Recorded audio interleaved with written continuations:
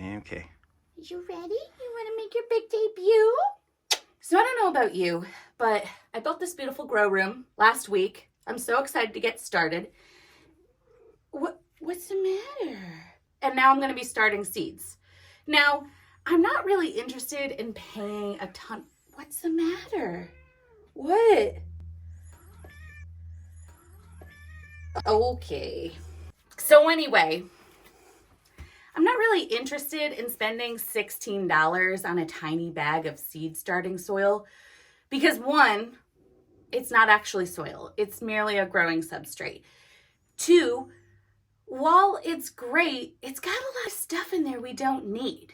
And what I mean by this is a seed is an egg, and not like, a human egg or a fish egg, but like a chicken egg, like a full embryo inside of a nice little hard casing. It's got everything it needs for this thing to sprout into a little baby.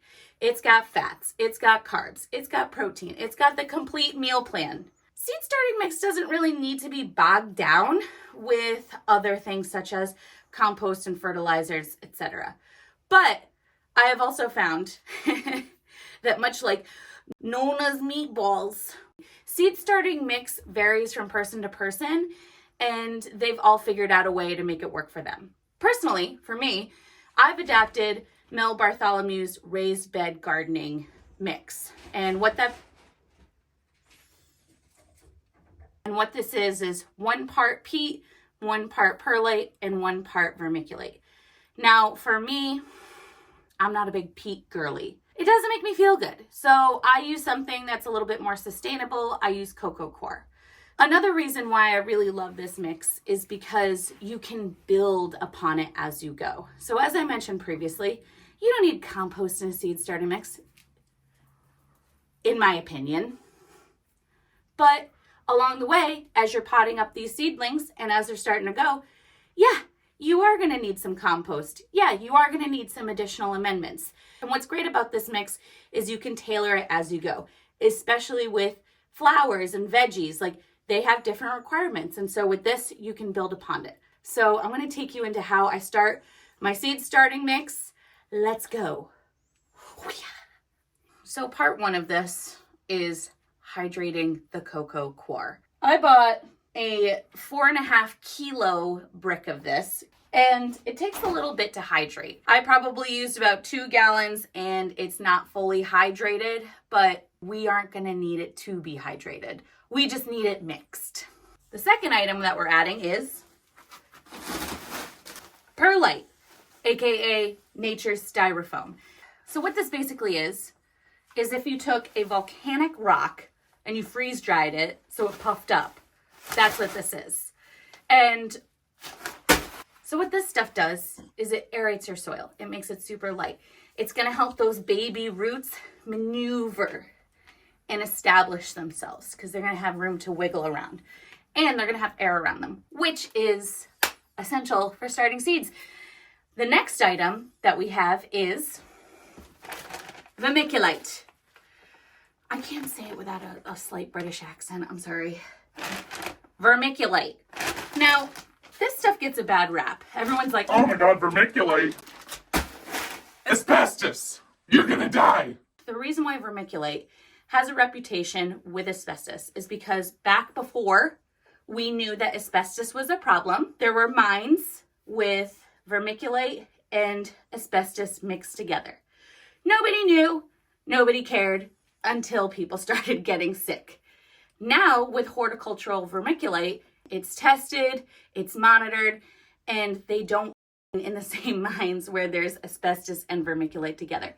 So we're safe. The purpose of vermiculite is very much like perlite, where it's going to give you aeration, it's going to help with drainage, and it's nice and light, but also, unlike perlite, this actually soaks up water. So it's going to help keep your soil stabilized with its moisture for longer. Again, a great thing when you need to start seeds. So now, we're just going to mix it all together.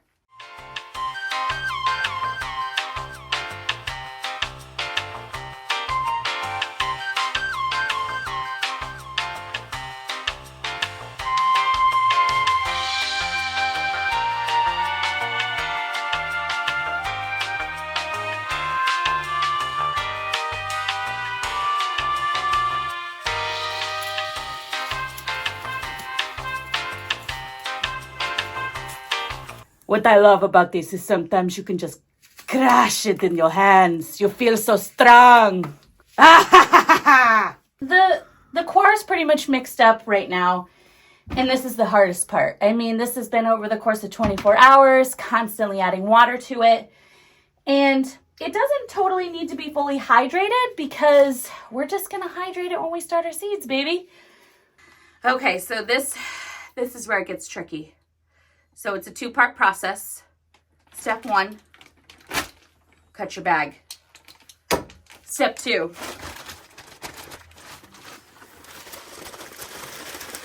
eyeball it.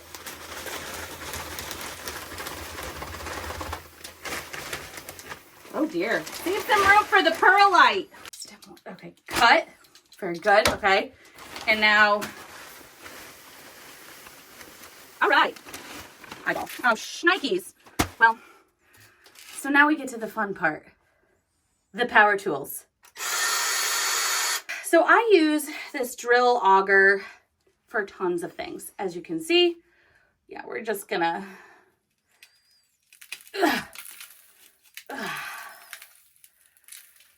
I use this thing for lots of stuff, but what's great about this is you can mix it in with very little mess. So,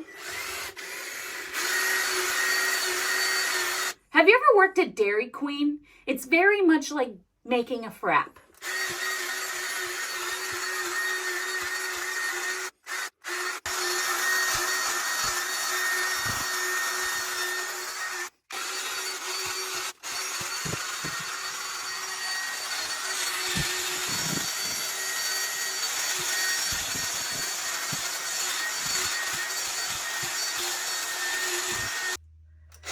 She's mixed. Now, come here.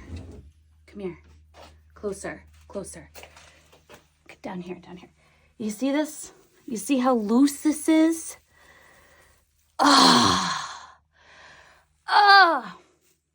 So great. So easy. And now I've got more than enough soil to start my seeds. I want to know your thoughts. Is this how you make seed mix? Do you think I should be adding anything to it?